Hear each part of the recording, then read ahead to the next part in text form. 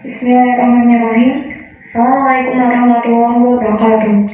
Nama saya Farsha Rizky dari kelas 5G dengan kelompok resensi kelompok 3 yang dibimbing oleh Ustazah Sri Tunggani SPT akan mempresentasikan hasil resensi buku ilmiah saya dengan judul Titik Nol Peradaban Islam, Sejarah Hidup dan Perjuangan Rasulullah SAW. Pertama-tama, puji syukur kepada Allah Ta'ala atas limpahan nikmat, taufik, serta hidayahnya, sehingga saya dapat menyelesaikan tugas resensi ini tepat pada waktunya. Terima kasih yang sebesarnya kepada Ustazah Sri Tunggani SPT atas bimbingannya selama proses pengerjaan tugas resensi ini. Baik, saya akan memperkenalkan buku yang telah saya resensikan. Buku ini berjudul Sejarah Hidup dan Perjuangan Rasulullah SAW, karya dari Abdullah Haidar LC, yang diterbitkan oleh Pustaka Elba, cetakan ke-6 pada September tahun 2020. Berjumlah 256 halaman dengan ukuran 15x21 cm. Buku ini memiliki jenis cover softcover dengan nomor ISBN 979-266-790-3 dengan harga Rp49.000 dengan berat 300 gram. Mengenai penulis, Abdullah Haidar LC, beliau adalah alumnus program studi syariah Lipia. Beliau juga merupakan pengasuh utama situs manhajuna.com. Setelah mengabdi 15 tahun sebagai penerjemah dan dai di kantor Jaliat Sulai yang berlokasi di Riyadh, beliau memutuskan untuk kembali ke tanah air guna melanjutkan pengabdiannya. Saat ini, selain tetap aktif menulis dan menyampaikan ceramah di berbagai kesempatan, Ustadz yang dikenal dengan gaya penyampaian yang humoris dan berasal dari Depok ini juga turut mengelola Syariah Consulting Center. Beliau dikenal luas melalui karya-karyanya di bidang sejarah Islam dan sirah nabawiyah. Berikut beberapa karya beliau yang telah dipublikasikan. Salah satunya adalah buku terbitan Yogyakarta Hallyu Media pada tahun 2017 dengan judul Istri dan Putri Nabi, dan buku yang berjudul Sejarah Hidup dan Perjuangan Rasulullah SAW yang saat ini sedang saya resensikan. Buku ini membawakan sejarah hidup Rasulullah SAW sekaligus sejarah Islam itu sendiri.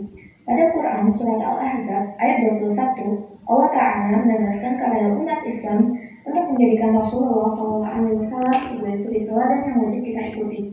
Berlandaskan pedoman tersebut, penulis mengangkat penanya untuk memudahkan khalayak kaum muslim mengambil suri teladan dari Rasulullah SAW melalui karyanya. Berikut beberapa urgensi dari mempelajari sejarah Islam bagi umat muslim. 1. Memahami asal-usul ajaran Islam. 2. Meniru contoh terbaik umat Islam. 3. Menguatkan jati diri sebagai muslim. 4. Membakar semangat dakwah dan perjuangan. 5. Belajar dari kesalahan masa lalu. 6. Menambah rasa syukur dan keimanan. 7. Menumbuhkan cinta pada Nabi SAW. 8. Melihat arah perkembangan umat. 9. Menangkal fitnah dan pemutarbalikan sejarah. Dan ke-10. Mendorong persatuan antar umat Islam. Memasuki pokok pembahasan, di mana penulis membagi bukunya menjadi 7 bahasan utama. Yang pertama, bangsa Arab sebelum kelahiran Rasulullah SAW. Kemudian, kelahiran dan perkembangan Rasulullah SAW sebelum menjadi nabi, diikuti dengan turunnya wahyu melalui malaikat Jibril alaihissalam. Berlanjut menuju dakwah yang dilakukan secara sembunyi maupun secara terang-terangan. Kemudian hijrahnya beliau menuju Madinah dan membangun fondasi masyarakat Islam yang baru serta peperangan yang beliau lalui bersama para sahabatnya. Ditutup dengan kembalian Rasulullah SAW ke sisi rohnya. Penulis membuka pembahasannya pada kondisi masyarakat Arab sebelum kelahiran Rasulullah SAW. Pembahasan ini mencakup berbagai aspek, mulai dari agama, sosial, ekonomi, hingga budi pekerti masyarakat Arab, menjadikan topik tersebut sesuai untuk materi. Melanjutkan pembahasannya, di masa kelahiran Rasulullah SAW yang bertepatan pada 9 Rabiul Awal identik dengan tahun gajah. Penulis menggambarkan kondisi beliau yang lahir dengan kondisi yatim tanpa bapak dengan menyentuh simpati pembaca. Penulis melanjutkan pembahasannya hingga sebelum masa kenabian beliau.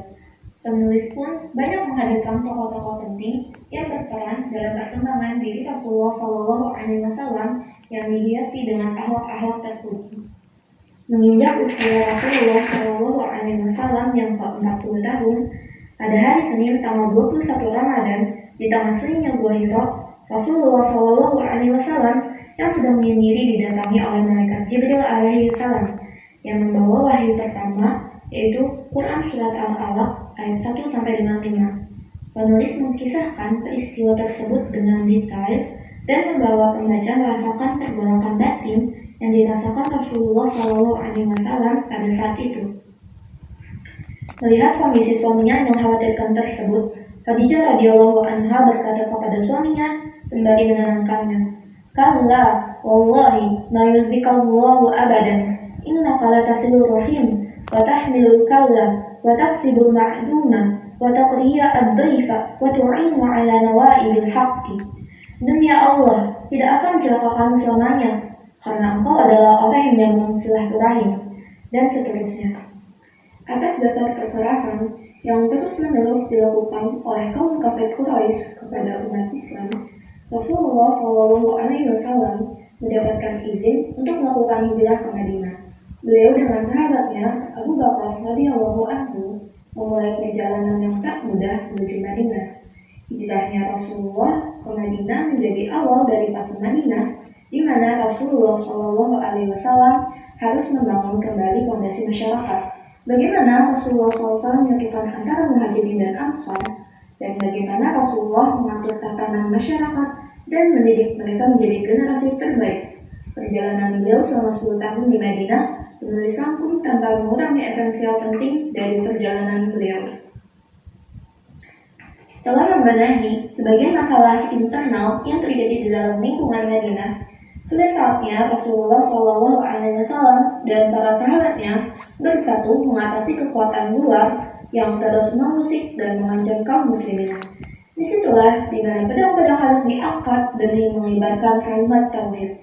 Berbagai peperangan harus dilalui Rasulullah SAW dan para sahabatnya. Di antaranya Perang Badar yang terjadi pada 624 Masehi, Perang Uhud 625 Masehi, Perang Khandaq 627 Masehi, Perang Bani Quraisyah 627 Masehi, Perang Bani Mustalik 627 Masehi, Perang Khaybar 628 Masehi, dan lainnya.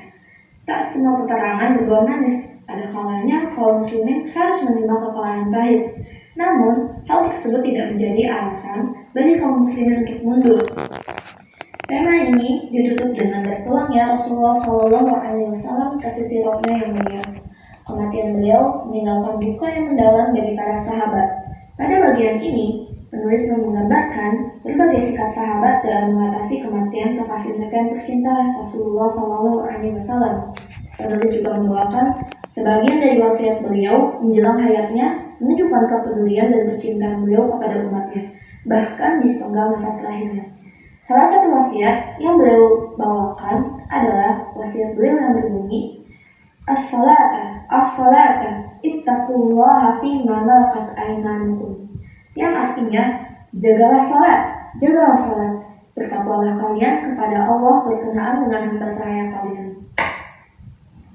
Dan begitulah sinopsis dari buku Sejarah Hidup dan Perjuangan Rasulullah SAW. Buku ini memiliki beberapa kelebihan tersendiri yang membuat saya ingin berlama-lama membacanya. Di antaranya, yang pertama, bahasa yang sederhana dan mudah dipahami oleh semua kalangan, mulai dari remaja, pelajar, hingga orang tua. Yang kedua, materi yang padat dan ringkas tanpa mengurangi kualitas informasi yang disampaikan. Yang ketiga, alur cerita yang runtut memudahkan pembaca untuk mengikuti setiap peristiwa.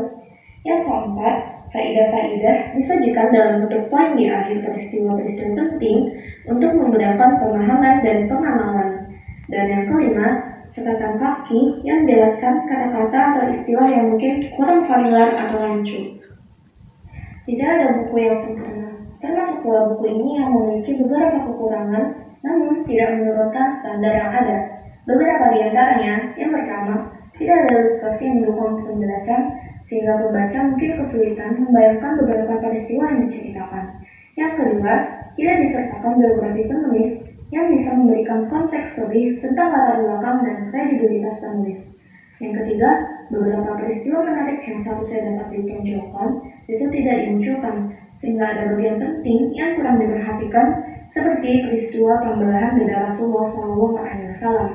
Yang keempat, tidak adanya daftar pustaka yang bisa menjadi referensi bagi pembaca untuk memperdalam materi lebih lanjut. Dan yang kelima, kurangnya pendekatan terhadap beberapa tokoh penting, seperti Khadijah radhiyallahu anha, Hanimah radhiyallahu anha dan lainnya, yang seharusnya mendapat perhatian lebih dalam menceritakan perjalanan hidup beliau. Buku ini memberikan kesan yang spesial bagi siapa saja yang merindukan sosok Rasulullah SAW, manusia terbaik sekaligus penutup dari para nabi. Buku ini sangat cocok untuk semua kalangan, tidak terbatas pada umur. Bahkan untuk mereka yang tidak pernah mengenyam pendidikan agama, buku ini dapat menjadi pembuka yang ringan untuk mengenali diri Rasulullah SAW lebih dalam. Mungkin sekian yang dapat saya sampaikan. Saya menyadari banyaknya kekurangan yang saya harap dapat dimaafkan. Terima kasih kembali kepada pihak-pihak yang telah mendukung saya selama pembuatan resensi ini. Akhirul kalam, wassalamualaikum warahmatullahi wabarakatuh.